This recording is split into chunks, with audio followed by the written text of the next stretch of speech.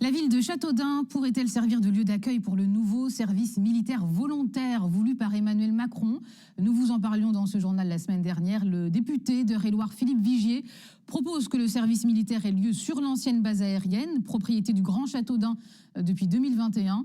Corentin Ledréan et Lani Maina-Watao. Ce sont les derniers vestiges du passé militaire de la base aérienne.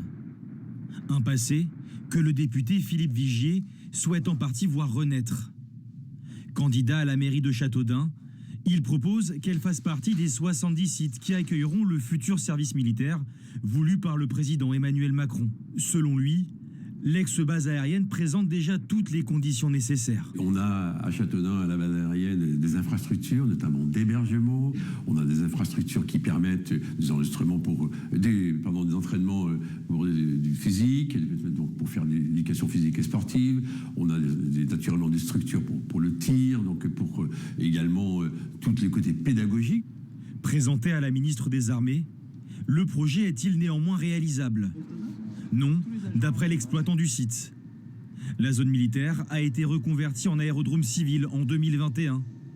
Il sert désormais d'aire de stationnement pour les avions privés et prochainement de lieu de maintenance aéronautique. Pratiquement tout le foncier est utilisé pour différents types d'usages et la maintenance des aérogares est prévue pour être livrée en 2027.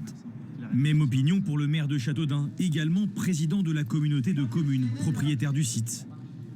Les espaces, laissés vacants par les militaires, servent désormais de lieu d'hébergement et d'entraînement aux compagnies de CRS, plus d'une trentaine de semaines par an. C'est aussi un lieu de formation pour les pilotes. On a déjà plus de 30 clients sur l'aérodrome. 63% du site, des bâtiments sont remplis. Il y a encore du travail à faire. Il y a du travail d'ingénierie, d'investissement. C'est trop tard en fait. Le site a déjà basculé vers l'ère civile depuis plusieurs années, depuis 3 ans, 36 mois, 38 mois maintenant. Reste à savoir ce que décidera le ministère des Armées. Une chose est sûre, si son avis est favorable, l'ancienne base aérienne pourrait accueillir le service militaire dès septembre 2026.